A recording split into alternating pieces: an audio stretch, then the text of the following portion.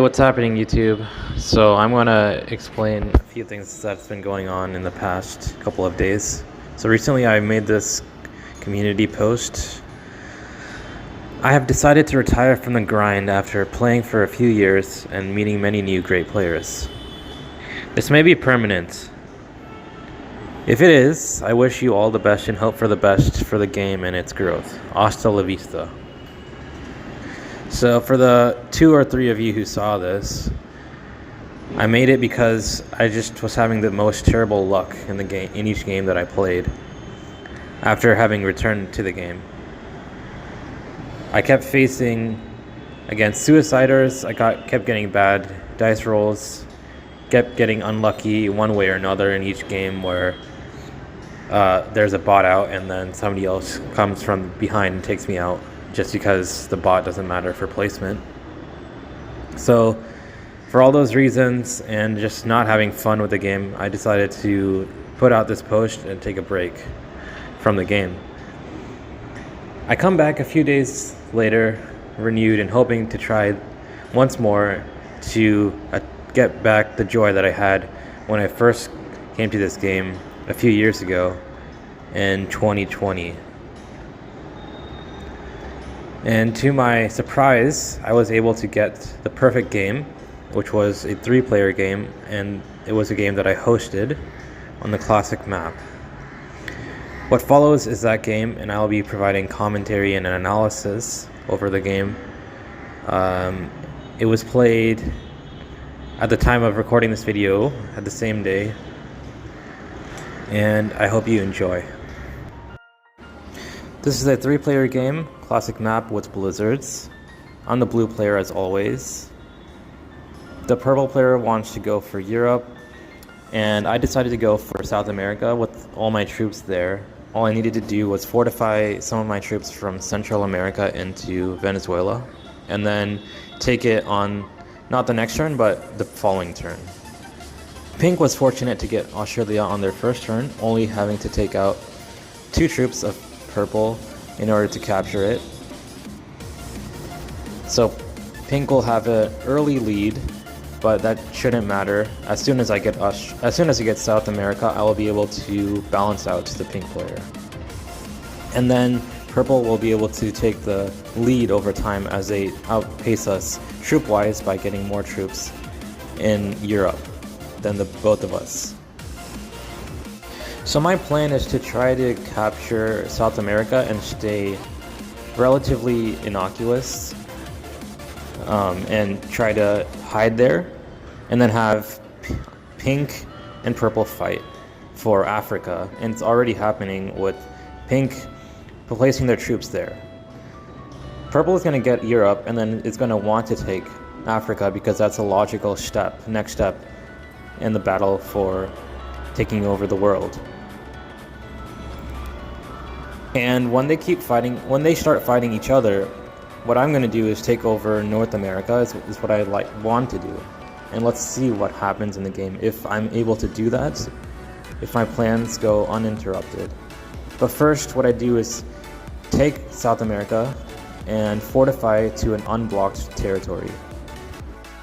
So like I said, the pink player is capturing Africa, and let's see what purple does in response. Will the purple player simply sit back and allow this to happen?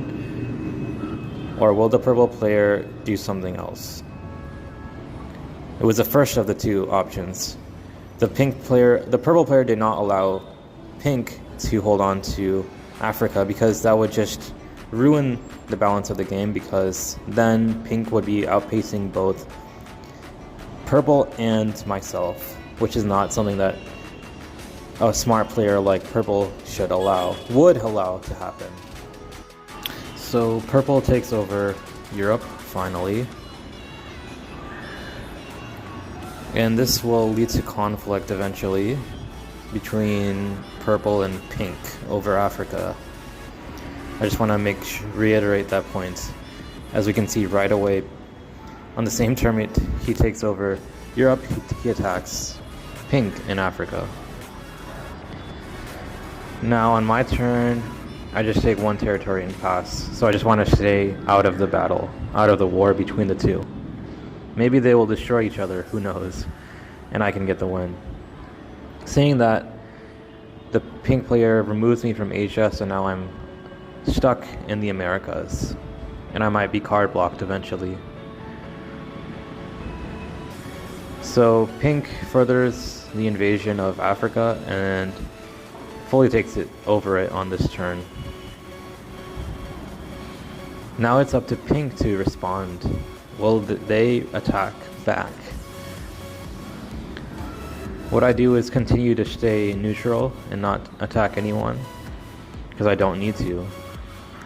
And yes, the pink player does not decide to attack purple on this turn. He's probably going to do it on the next turn because purple is just getting way too many troops, getting Africa and Europe, which is a pretty common setup to have on the map, along with both of the Americas.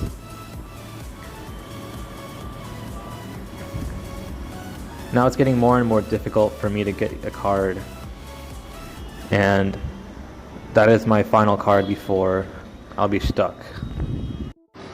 And yes, the pink player does finally attack purple, not on the first turn that he could, but on the second turn. And he removes his main army from America, which is good for me. So the war is on between the two. Purple retaliates back a little bit, only taking back Africa and not really worrying too much about Europe. Now on my turn, I make my only mistake of the game. This turn I should have just done nothing, skip my card, because by taking over North America, I drew attention away from purple onto me from the pink player. So now pink does what pink should do and attacks me into North America and places a big army there, so I can't get my cards from there. I might not be able to get any cards, especially if purple places an army there on Iceland. Then I can't attack from Greenland or the Northwest Territory. I decided to save my wild card on this turn because I might need it in the future when I get my third card. So that turn I skipped my card because I couldn't attack purple into Europe or pink with their main army in the Americas. And fortunately for me, pink decided to try to win the game by attacking purple, not fully taking them out, but doing a very good job at it. Now if I don't fortify my army, then pink is going to win. So on my turn, that's what I'm going to do. On the pink's player's turn, they work to invade pink into Asia and Africa with very good manual rolls to do so. And we're nearing the end of this game. Now it's up to between me and pink to decide who wins this game. Currently I almost have more than both of them right now combined, which means that I should be able to win it unless I blunder the game. So what I decide to do is manual roll with my 8 troops, one of the pink player's biggest armies. And since my troops are not fortified out from Central America, I have to fortify right now or else pink will win the game next turn by taking out purple and then blocking me in South America. So what does pink do? What pink should have done was attacked me or stayed neutral, but instead they attacked the purple player, which is a mistake, thus allowing me to get the overwhelming lead over the both of them. On my next turn, I will be able to win this game with ease. So first, the pink player wins the 4v5, astonishingly. Then wins the 3v1, but fails the 2v1.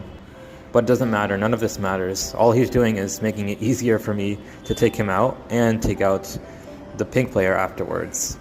So I decided to take out purple first because purple didn't have a set on either 3 cards or 4 cards, so I can take out purple and get 5 cards from them.